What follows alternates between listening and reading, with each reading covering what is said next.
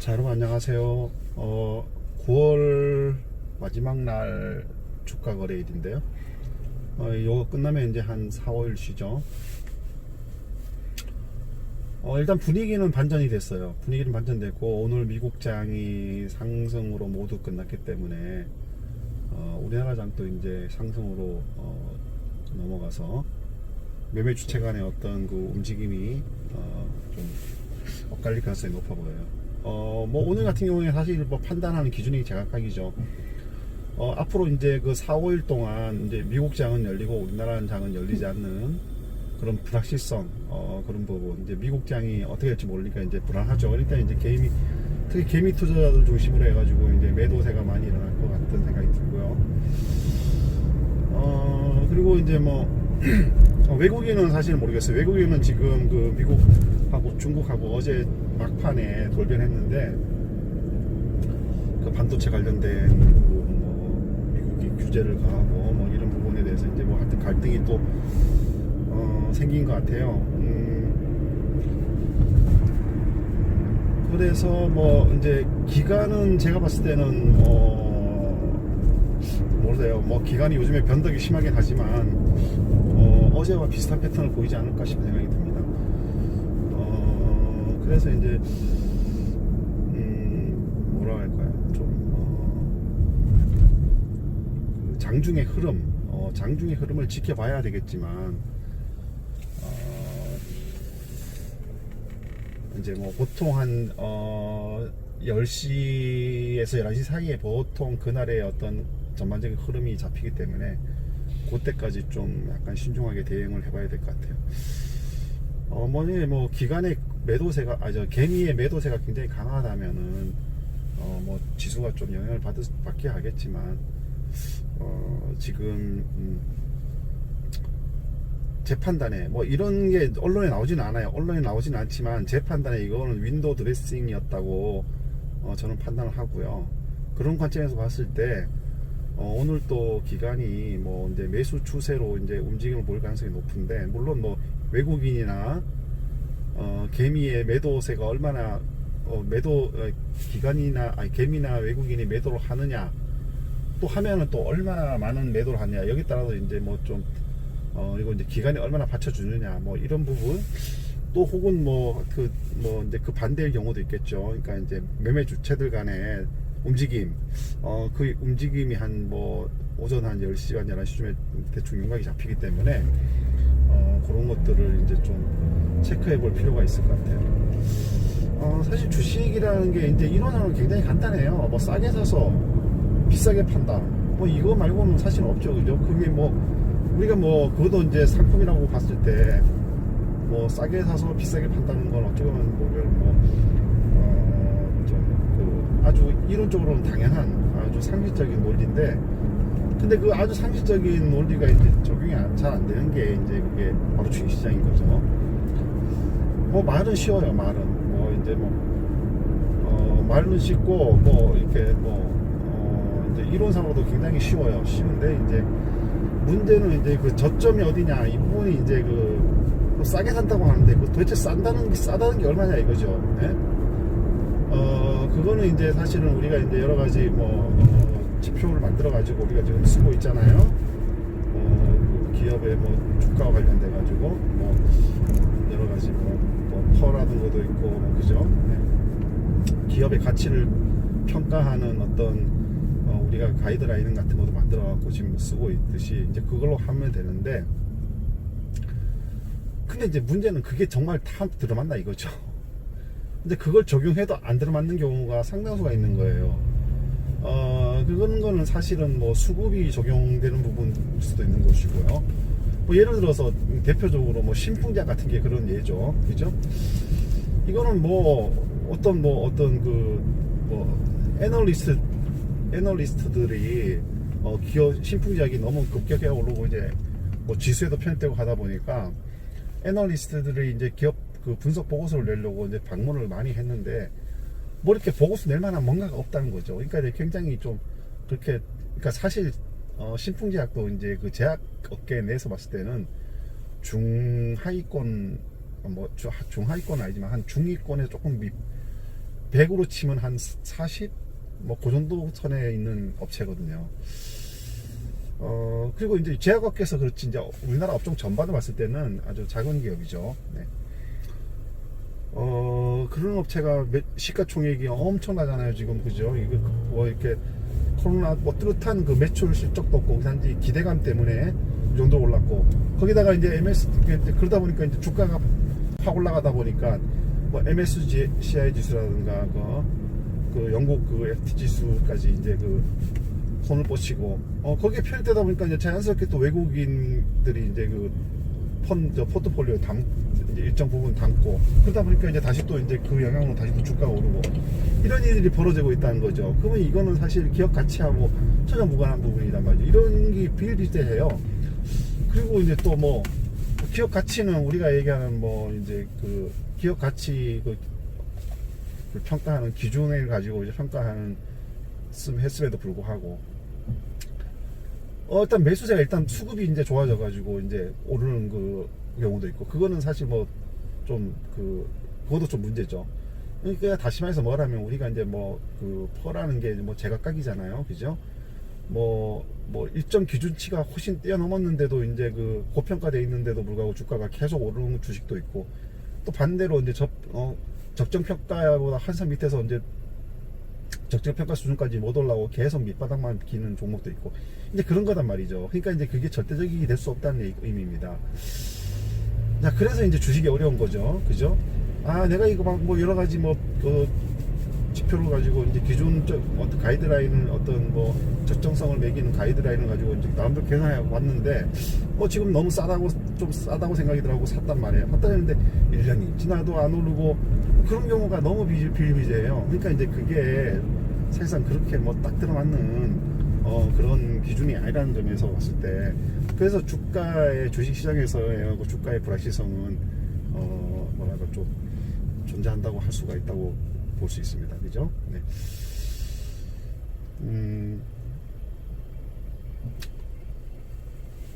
자, 그렇기 때문에 이제 주식이 어려운 이유가 이제 그런 다양한 변수들, 그리고 이제 뭐랄까 좀 예측할 수 없는 불확실성, 이런 부분 때문에 이제 그 주식이 굉장히 어렵다고 생각합니다. 그러니까 우리가 이제 뭐 이렇게 제가 이제 가끔 얘기하지만 우리 수학 공식처럼 정답이 딱딱 있는 그런 게 아니거든요, 주식시장은. 그렇기 때문에 물론 뭐 일정 부분의 어떤 그 뭐랄까 좀 이론은 이제 뭐 약간 이렇게 그 여러 가지 그 경험에 의해서 나타나는 만들어진 이론 같은 거는 있어요. 있지만 이제 그게 이제 여러 가지 변수들 때문에 제대로 적용이 안 되는 경우가 너무나 많습니다. 사실 우리가 뭐 경제학 원론에 나오는 이론까지도 뭐 케인즈 경제학 뭐 이런 부분까지도 사실은 시간이 흐르고 굉장히 경제 활동이 다변화되면서, 그리고 여러 가지 변수가 생기면서 안 들어맞는 경우가 굉장히 많죠, 그죠? 뭐 주식시장에서도 그래요. 뭐 주식시장에도 그렇고, 금리와 주가의 관계도 우리가 경제 이론에서 배우는 것하고 그것처럼 안 들어맞는 경우가 너무나 좀 이렇게 자주 발생하고 있는 거, 최근 들어서. 근데 그런 것들이 있기 때문에 여러분들이 항상 그 어떤 변수의 다양성을 염두에 두고 주식에 임하셔야 됩니다. 그러니까 이제 뭐랄까 시장이 어떤 흐름을 보이면은 그것을 인정하고, 어떤 내가 가지고 있는 이론에 대해서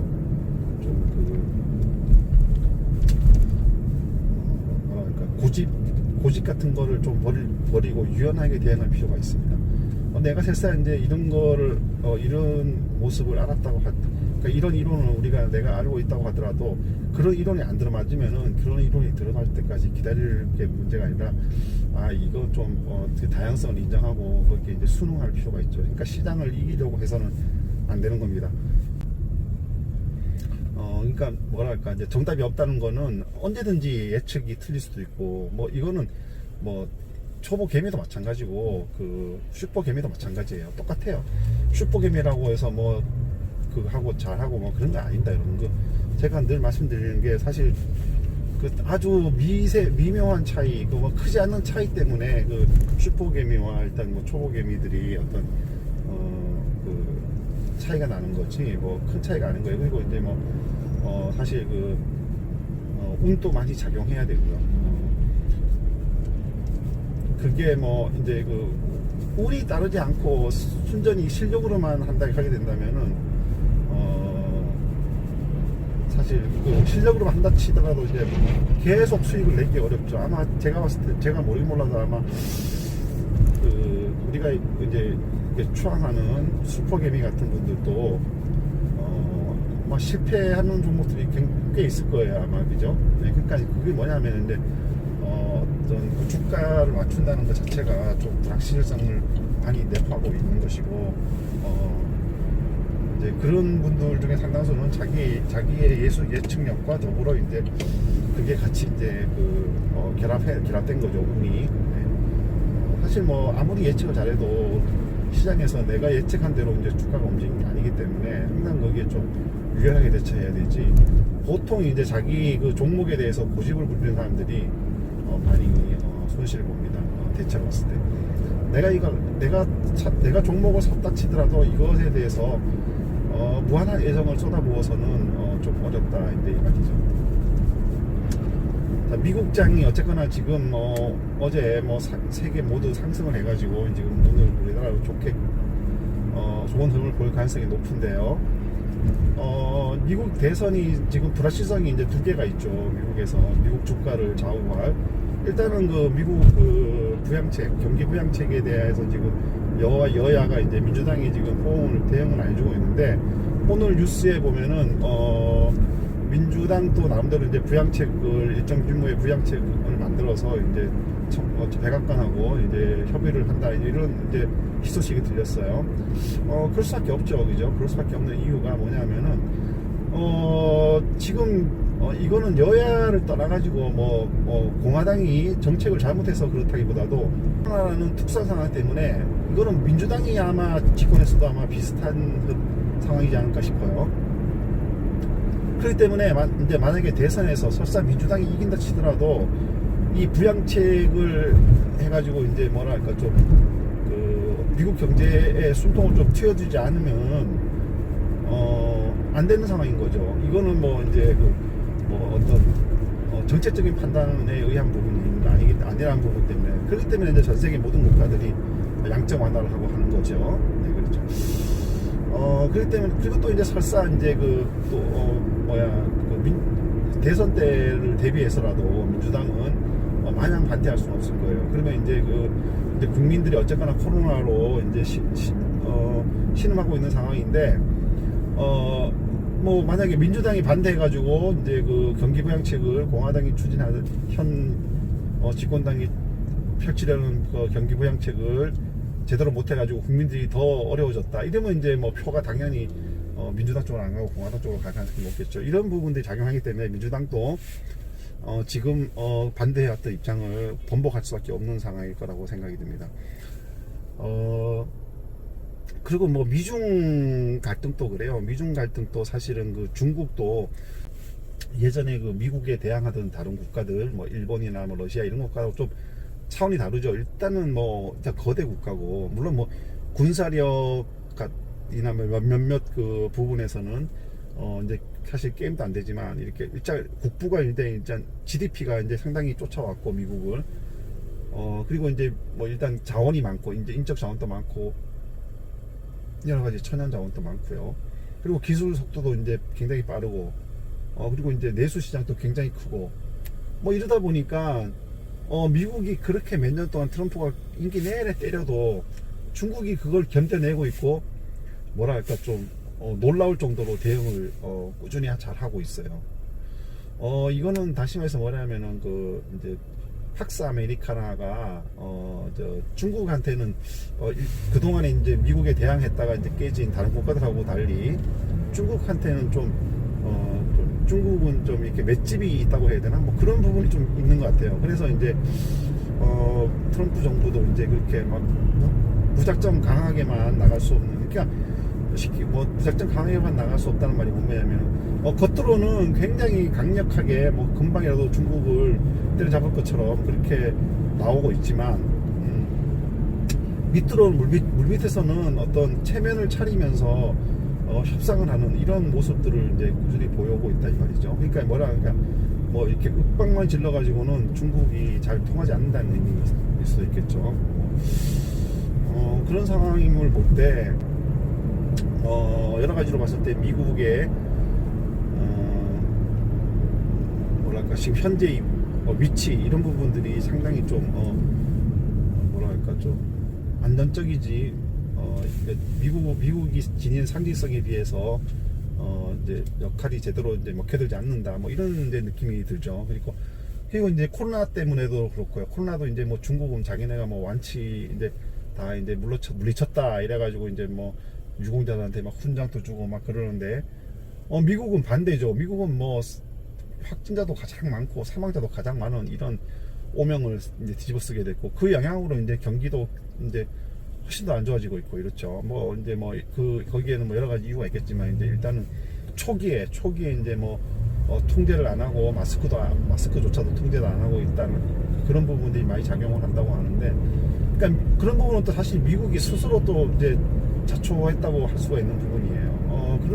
그런 점에서 봤을 때 이제 미중 갈등도 지금 이게 이제 누가 이기느냐 이게 문제가 아니라 불확실성이 문제예요. 불확실성. 뭐 미국이 뭐 이기든 뭐 중국이 이기든 이게 뭔가 이렇게 답이 빨리 나와야 되는데 이걸 예측을 할 수 없다는 능력이라는 거죠. 그러니까 이제 뭐 조그만 그 지역적인 이슈가 한 개 터질 때마다 미중 간에 주가가 이제 영향을 받고 이제 이런 일들이 이제 반복되고 있는 겁니다. 뭐 그래도 이제 뭐 저기 중국이 여러 가지로 이제 뭐 미국을 치고 따라 올라오고 있지만 여전히 뭐 미국을 능가하기 위해서 굉장히 오랜 시간이 필요하다고 이제 얘기들 해요. 얘기들 하고 이제 실제로 그럴 수도 있는 것이죠. 이거 단지 뭐 전체적인 인구가 많고 면적이 넓고 하기 때문에 전체적인 GDP 면에서는 좀 미국을 이제 극약의 추속을 따라올 수 있게 하겠지만 미국이라는 나라가 이제 이까지 뭐 이제 그 축적해온 그런 노하우들이 있기 때문에 뭐 이제 중국이 이제 그 자본주의를 뭐 도입하고 이후에 이제 급격하게 발전했다 치더라도 뭐랄까 좀 뭐 여러 가지 다양한 방면에서 대등한 모습을 보이기 위해서는 좀 앞으로도 뭐 굉장한 시간이 필요할 가능성이 높아요. 그랬거나 어쨌거나 이제 뭐 미국이 이제 뭐 윽박 지른다고 해가지고 뭐 이내 뭐 제재를 가한다고 해 이래 찌그러지고 뭐 그런 정도는 지금까지 뭐 화웨이나 뭐 이런 걸로 봤을 때는 좀 아닌 것 같아요. 그리고 요즘에 틱톡도 이제 또 사실 그 뭐 이제 법원에서 좀 다른 판결이 조금 나와가지고 지금 약간 좀 분위기가 달라지고 있죠, 그죠? 그래서 이제 하여간 뭐 이제 그 미국 주식시장에는 수시로 이렇게 다양한 변수들이 발생하고 이제 영향을 미친다는 것 때문에 그런 것 때문에 이제 주식이 단순히 어떤 뭐 가치를 매기는 기준에 의해서 어떤 종목을 사고 팔고 한다고 싸게 사고 뭐 그 기준을 가지고 뭐 싼 종목을 사고 뭐 비싸면 뭐 팔고 뭐 이런 단순한 논리로만 적용될 부분은 절대 아니라는 겁니다. 그러니까 여러분들도 이제 그런 부분까지 감안하셔가지고 이제 뭐랄까 다시 말하면 내가 어떤 종목을 고르더라도 그 종목만 가지고 주식 투자를 할 부분이 아니고 그 종목에 미치는 영향이 그 종목 내부의 내적인 문제일 수도 종목 자체의 문제일 수도 있겠지만 뭐라고 해야 되죠? 그거 여러 가지 대외적인 변수, 뭐 코스피나 뭐 미국장 대외적인 큰 변수에 의해서도 충분히 움직일 수 있다는 점을 늘 염두에 두셔야 돼요.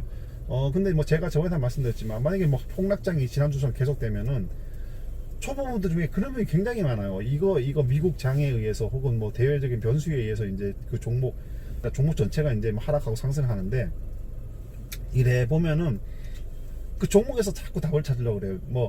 뭐 이제 종목이 뭐 되게 급락해요. 급락하면 이 종목의 자체는 문제가 있는 건 아닌데 아니고 이제 만약에 뭐 코스피 뭐 혹은 장 전체의 영향 뭐 아니면 또 다른 대외적인 변수 뭐 업종의 영향 뭐 이런 부분에 의해서 움직이는 상황임에도 불구하고 뭐 그 종목에 대해서 막 뭐 개잡수라는 등 뭐 안에서 막 그 하락의 요인을 찾으려고 한단 말이죠.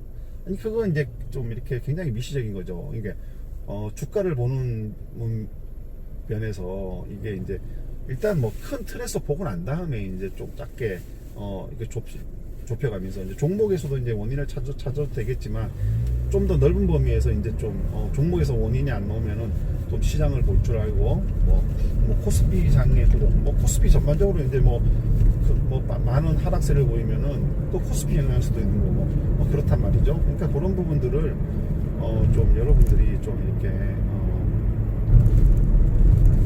약간 좀 보는 눈이 주시장을 보는 눈이 좀 이렇게 미협적이지 않고 지엽적이지 않고 좀 약간 포괄적이고 거시적으로 보는 그런 자세를 자꾸 연습할 필요가 있어요. 그러기 위해서는 이제 근데 사람들이 안 그러죠. 그냥 주식시장 열리면은 자기 종목에 대한 뉴스, 그 종목 자기가 보유하고 있는 그 종목에 대한 뉴스 그거만 본다니. 물론 그거 봐야 되겠지만 그것도 보고 이제 다른 부분 어떤 좀 약간 거시적인 부분에서의 어떤 여러 가지 변수도 또 체크를 하고 이제 그래야 된다. 뭐 이런 말씀을 좀 드리고 싶어요. 네.